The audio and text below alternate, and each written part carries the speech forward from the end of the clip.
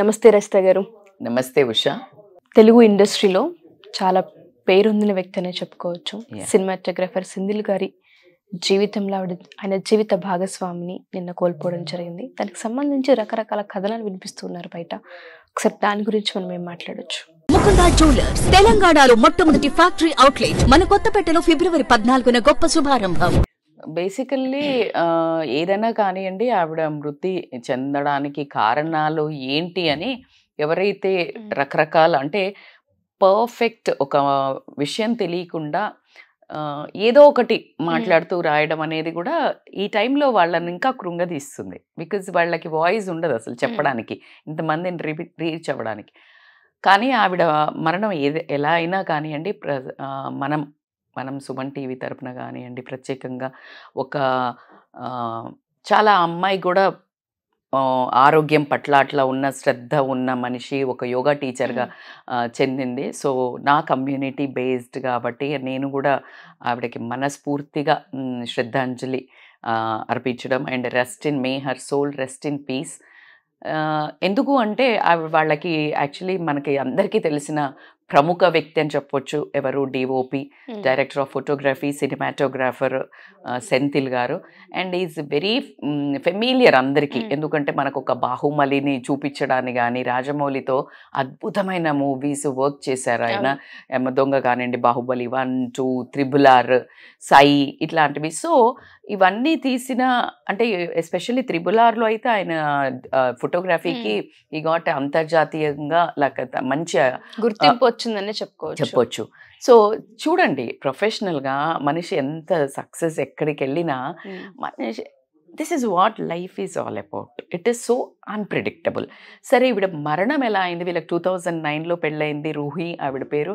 And ఆవిడ వృత్తిరీత్యా actually yoga teacher ఉండే. అనుష్క తోటి తను వర్క్ చేశారు చాలా ఏళ్ళు. సో అనుష్క తోటి. సో అనుష్క గారు కూడా like she also yoga teacher. So కాబట్టి దే వర్క్డ్ టుగెదర్. అండ్ ఆ టైం ఇద్దరు పిల్లలు కూడా వీళ్ళకి. సో తనకి కోవిడ్ వచ్చినప్పటి నుంచి చాలా మందికి ఆ సమస్యలు రావడం జరిగింది. కోవిడ్ వచ్చిన తర్వాత ఏదైతే ఆ లంగ్స్కి ఆ ఇన్ఫెక్షన్ పట్టడం కానివ్వండి, బ్రీదింగ్ కానివ్వండి, సమ్ డ్యామేజ్ హ్యాపెండ్. ఒక్కసారి కాకుండా 2 సార్లు వచ్చినా, లేకపోతే చాలా రోజుల తర్వాత అది రియలైజ్ అయ్యి ట్రీట్మెంట్కి లేట్ అయినా, ఏదో కారణాల వల్ల కొంతమందికి ఎక్కువ డ్యామేజ్ అవ్వటము. కాగ్నిటివ్ స్కిల్స్ మనం ఒక మంచి వీడియో కూడా చేశాను దాని మీద. యాక్చువల్లీ కోవిడ్ ద్వారా ఎలా బ్రెయిన్ ఫంక్షన్స్ కానీ ఇలాంటివన్నీ డ్యామేజ్ అవుతున్నాయి అనే దాని మీద.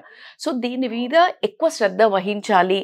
కంపారిటివ్లీ నార్మల్ పీపుల్ కంటే ఈ కోవిడ్లో వచ్చిన లక్షణాలు వచ్చిన తర్వాత వీళ్ళు ఎక్కువగా హెల్దీ ఫుడ్, ఎక్కువగా యోగా, ఎక్కువగా బ్రెయిన్ థెరపీ ఇలాంటివి వెళ్ళాల్సిన అవసరం అయితే ఉంది ఎంతైనా.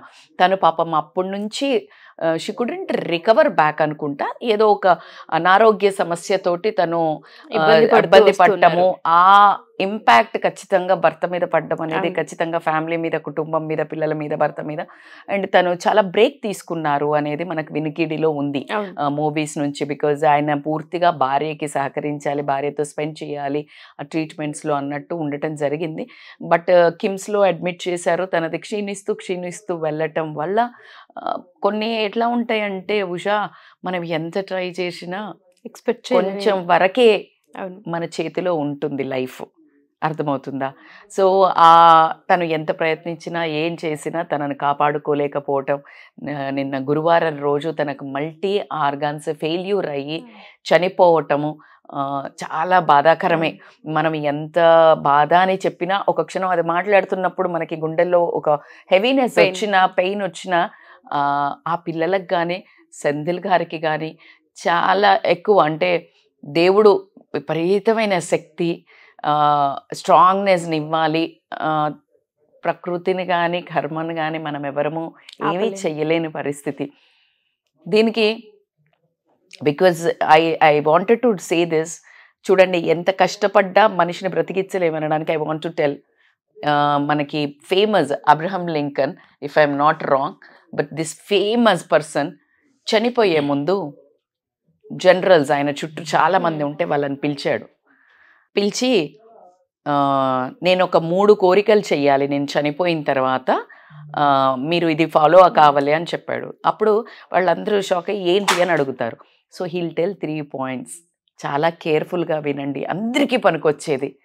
ఏంటి అంటే, ఫస్ట్, నా శవం మోసే శవపేటికను ఎవరైతే మోయాలో వాళ్ళు పేరు మోసిన డాక్టర్స్, స్కాలర్ డాక్టర్స్ కావాలి, ఫేమస్ డాక్టర్స్ అని అడుగుతారు.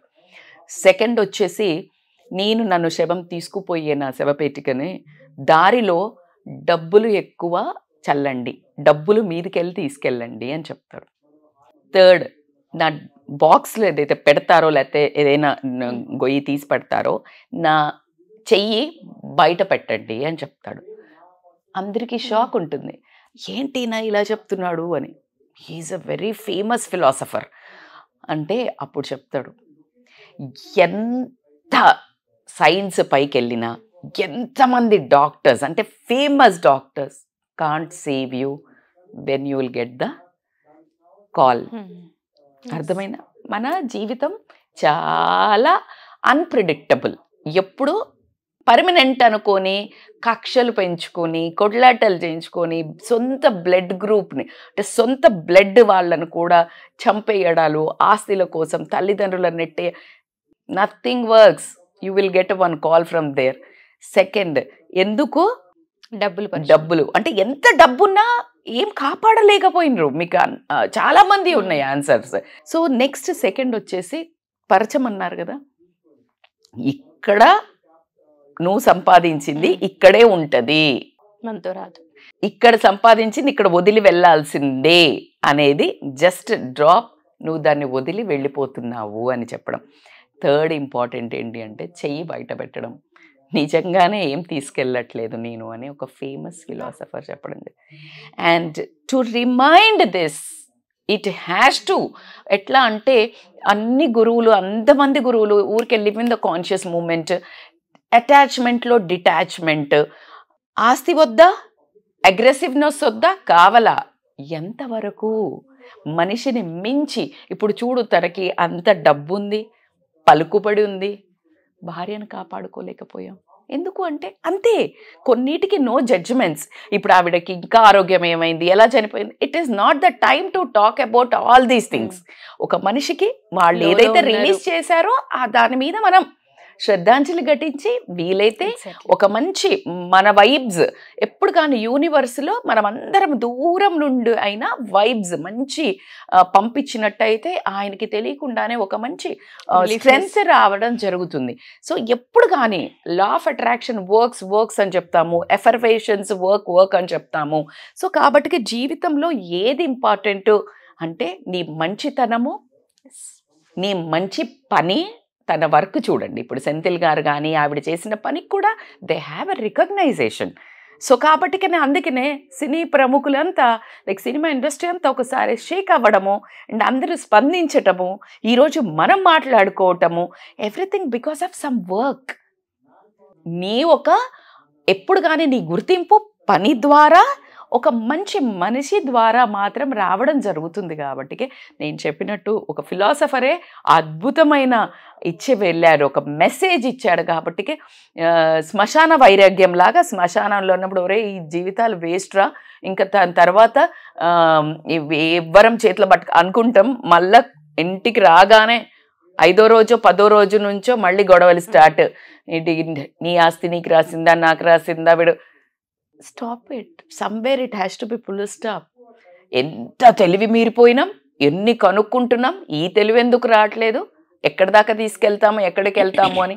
So just how, because it is a topic about ఒక మనిషిని మిస్ అవ్వటం. So always I wanted to tell this because of కక్షలు, జలసీలు ఇవన్నీ. బట్ ఏదైనా కానీ మనందరము మనస్ఫూర్తిగా రూహి గారికి శ్రద్ధాంజలి ఘటిస్తూ, ఆవిడ వెళ్ళిన చోట ప్రశాంతతతోటి వాళ్ళ ఫ్యామిలీకి ఖచ్చితంగా పైనుంచి బ్లెస్సింగ్స్ ఇస్తూ ఆవిడ ఎప్పుడు సపోర్ట్ ఆ పిల్లలతోటే ఉంటారని నేనైతే ఆ అమ్మ మనసుతో గట్టిగా నమ్ముతాను. Thank you so much ma'am. Senthil గారికి కూడా ధైర్యాన్ని ఇవ్వాలని, స్ట్రాంగ్ అవ్వాలని, ఆవిడ ఆత్మకు శాంతి కలగాలని కోరుకున్నాం. Thank you.